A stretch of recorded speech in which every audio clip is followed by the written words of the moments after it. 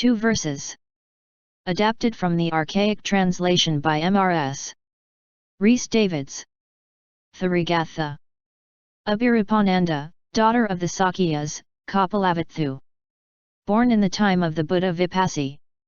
In his native town of Bandhumati. As the daughter of a wealthy elite, she became a pious lay adherent, and at the master's death she made an offering to the shrine of his ashes of a golden umbrella surrounded with jewels. Reborn for this in various heavens, she was, in this Buddha period, reborn at Kapalavathu as the daughter of the chief wife of Khimaka, the Sakyan, and named Nanda. But because of her excessive beauty, charm, and loveliness, she was known as Nanda the Fair. Now, on the day when she was to choose among her suitors, Sharabhuta, her young Sakyan relative, died. Then her parents made her leave the world against her will. But she, even after she had entered the order, was infatuated with her own beauty, and, fearing the master's rebuke, avoided his presence. Now the Bhagwe knew that she was ripe for knowledge, and directed the great Pajapati Gautamai, foster mother and aunt of Buddha as well as head of nuns' order, to let all the bhikkhunis come to him for instruction. Nanda sent another in her place. And the Bhagwe said, "Let no one come by proxy." So she was compelled to come. And the Bhagwe, by his magical power, conjured up a beautiful woman, and showed her becoming aged and fading, causing anguish to arise in Nanda. And he addressed her in these words. "Look, Nanda, the foul compound, diseased. Impure it is. Compel your mind to understand. And concentrate with the one-pointed mind. Understand the animatan. Cast out the harmful bias of pride. Has the mind mastered vain imaginings? Then may you go your ways, calm and serene." And when he had finished speaking, she attained arahantship. Repeating to herself the verses, she made them the announcement of her Anna. Therigatha. Adapted from the archaic translation by Mrs. Rhys Davids. Yenti, daughter of the Likhavis, Vasali. The story of her past and present is like that of Nanda the Fair. But it was at Vasali, in the princely family of the Likhavis, that she was reborn. There is this further difference. She attained arahantship after hearing the master preach the Dhamma, and it was when looking back at the change that had come over her that she, in joy, uttered these verses. The 7 factors of the awakened mind. 7 ways by which we may nibbana win. All have I developed and made ripe. Even according to the Buddha's word. For I in that have seen as with mine eyes. The great, the Bhagwe. Last of all lives. Is this that makes up me? The round of births is vanquished, never shall I be reborn again. Therigatha. Adapted from the archaic translation by Mrs. Rhys Davids. Sumangala's mother, daughter of poor people, wife of a rush plater, Savatthi. She, too, having made her resolve under former Buddhas, and accumulating good merit in this rebirth and that, was born under this Buddha period in a poor family at Savatthi, and was married to a rush plater. Her firstborn was a son, come for the last time to birth, who grew up to become the elder Sumangala and an arahant. And her name not becoming known, she was called in the Pali text a certain unknown Theri, and is known as Sumangala's mother. She became ordained as a bhikkhuni. Practiced meditation and one day, while looking back at all she had suffered as a laywoman, she was much affected, and, her insight meditation progressing, she attained arahantship, with thorough knowledge of the form and meaning of the Dhamma. Upon that she exclaimed, "O woman well set free!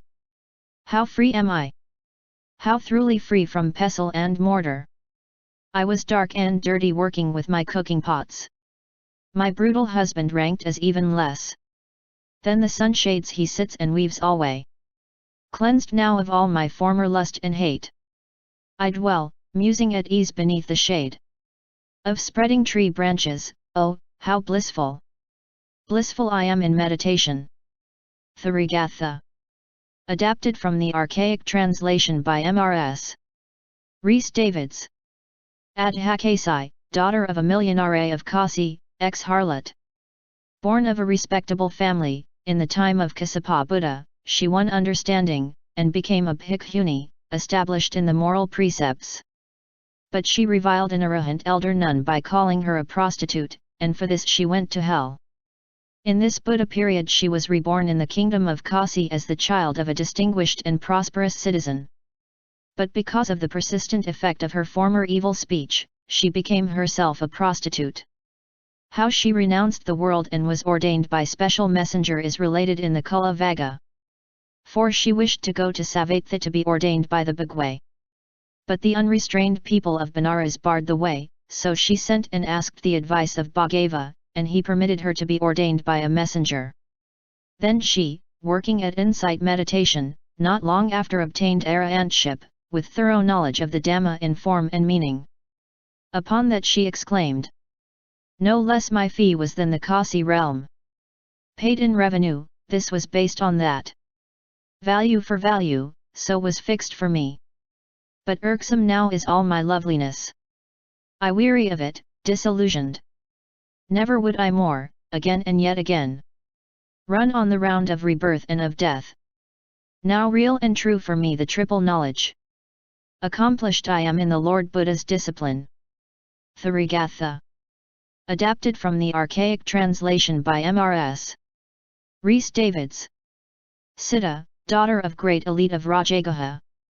She, too, having made her resolve under former Buddhas, and accumulating good karma of age-enduring efficacy in many rebirths, was born in the Then as a fairy. She worshipped with offering of flowers a silent Buddha.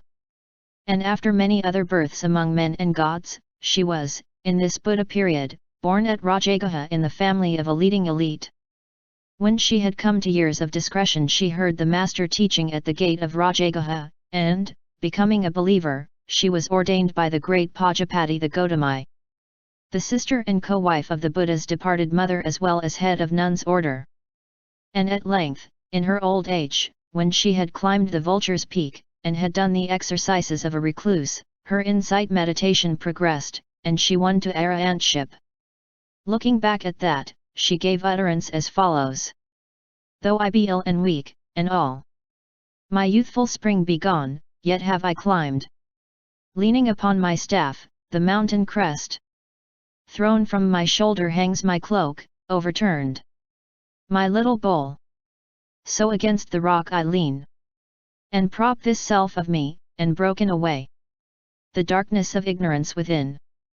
Therigatha. Adapted from the archaic translation by Mrs. Rhys Davids. Nikàya, daughter of a Brahmin of Rajagaha. Accumulating merit under former Buddhas, she was born during the time of Siddhartha, the Bhagway, in a elite's family, and worshipped at his shrine by offering there a jeweled girdle. After many births in heaven and on earth, through the merit of that, she became, in this Buddha period, the child of an eminent Brahmin at Rajagaha. In other respects her case is like the preceding one, except that it was another hill corresponding to Vulture's Peak up which she climbed, and had done the exercises of a recluse. Her insight meditation progressed, and she won to arahantship. She, too, looking back at what she had won, said in blissfulness, "Though I be suffering and weak, and all my youthful spring be gone, yet have I come, leaning upon my staff, and climbed over the mountain peak. My cloak thrown off, my little bowl overturned. So sit I here, upon the rock, and over my mind sweeps the breath of liberty I win. The triple knowledge won. Buddha's discipline is fulfilled."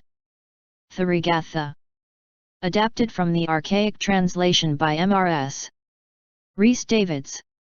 Mitta, daughter of the Sakyas, Kapilavatthu. Born in the time of Vipassi Buddha of a noble family, and become a lady of his father's court, she won meritorious karma by bestowing food and precious dress on an arahant elder nun.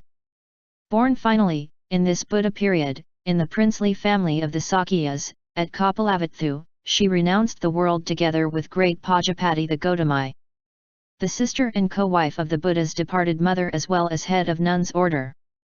And, going through the requisite training for insight meditation, not long after won arahantship. Looking back at that, joy and gladness stirred her to say, on full moon day and on the 15th day, and the 8th of either half the month, I strained to keep the fast. I kept the precepts 8. The extra fasts, attracted of the gods, and gladly to dwell in homes celestial. Today one meal, head shaved, a yellow robe. Enough for me. I want no heaven of gods. Heart's pain, heart's pining, have I trained away. Therigatha. Adapted from the archaic translation by Mrs. Rhys Davids. Abhaya's mother, Padumavati, ex-courtesan of Ujjeni. Accumulating merit under former Buddhas, she, in the time of Sikhi Buddha, saw him going round for alms, and with glad heart took his bowl and placed in it a spoonful of food. Reborn for that among gods and among men, she was born also for that, in this Buddha period, and became the town belle of Ujjeni, by name Padumavati. And King Bimbisara heard of her, and expressed to his priest the wish to see her. By the power of his spells, the priest summoned a Yakha who, by his might, brought the king to Ujjeni.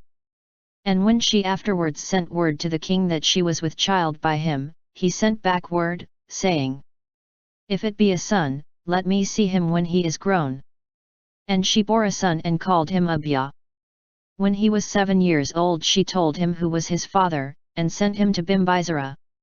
The king loved the boy, and let him grow up with the boys of his court. His conversion and ordination is told in the hymns of the elders. And later on, his mother heard her son preach the Dhamma. And she, too, renounced the world, became nun and doing insight meditation, and then attained arahantship, with thorough grasp of the Dhamma in form and meaning. She upon that recalled and repeated the verse by which her son had admonished her, and added her own to that. Upward from sole of foot, O mother dear! Downward from crown of hair this body see. Is it not impure, the evil-smelling thing? This have I pondered, meditating still, till every throb of lust is rooted out. Expunged is all the fever of desire. Calm I am now, and one Nibbana's peace. Therigatha. Adapted from the archaic translation by Mrs. Rhys Davids. Abhaya, daughter of a clansman of Ujjeni. She, too, having made her resolve under former Buddhas, and accumulating merit of good karma of age-enduring efficacy in many rebirths, was, in the time of Sikhi Buddha, reborn in a great noble's family, and became the chief queen of his father Aruna. And one day she worshipped the Buddha with offering of red lotuses given her by the king, when Sikhi Buddha, at alms-time, entered the palace. Reborn for this act among gods and men many times, she was, in this Buddha period, born once more at Ujjeni in a respectable family, and became the very close to Abhaya's mother. And when the latter had renounced the world, Abhaya, for love of her, also became recluse. Dwelling with her at Rajagaha, she went one day to Cool Grove to meditate on the idea of uglinessof world. The master, seated in his fragrant chamber, caused her to see before her the kind of object she had been directed to choose. Seeing the vision, dread seized her. Then the master, sending forth his radiant ethereal form, appeared as if seated before her, and said, brittle, O Abhaya, the body is, to which the worldling's happiness is bound. For me, I shall lay down this mortal frame. Mindful and self-conscious in all I do, was in many kinds of suffering causing. Without sloth I struggled, free from all that. Craving have I destroyed, and Buddha's discipline fulfilled. And when he had finished speaking she attained arahantship. Elated in this, she turned the verses round into an address to herself. Therigatha. Adapted from the archaic translation by Mrs. Rhys Davids. Sama, daughter of a great elite of Kosumbi. She, too, having made her resolve under former Buddhas, and accumulating good karma of age-enduring efficacy in many rebirths, being reborn in fortunate conditions, took birth, in this Buddha time period, at Kosumbi, in the family of an eminent elite. When her dear friend, the lay disciple Samavati, died, she, in her distress, renounced the world. But being unable to subdue her grief for her friend, she was unable to grasp the Aryan way path of Buddha. Now, while she was seated in the sitting room, listening to Elder Ananda preaching, she was established in insight meditation, and, on the 7th day after, attained arahantship, with thorough grasp of the Dhamma eternal truth in form and meaning. And looking back at what she had won, she expressed it in this hymn. 4 times, no, 5, I moved swiftly from my cell, and roamed around to find the peace of mind. I did in vain, and governance of thoughts I could not bring into captivity. To me, even to me, on that 8th day, it came. All craving ousted from my mind, was in many kinds of suffering causing. Without sloth I struggled, free from all that craving have I destroyed, and Buddha's discipline is fulfilled.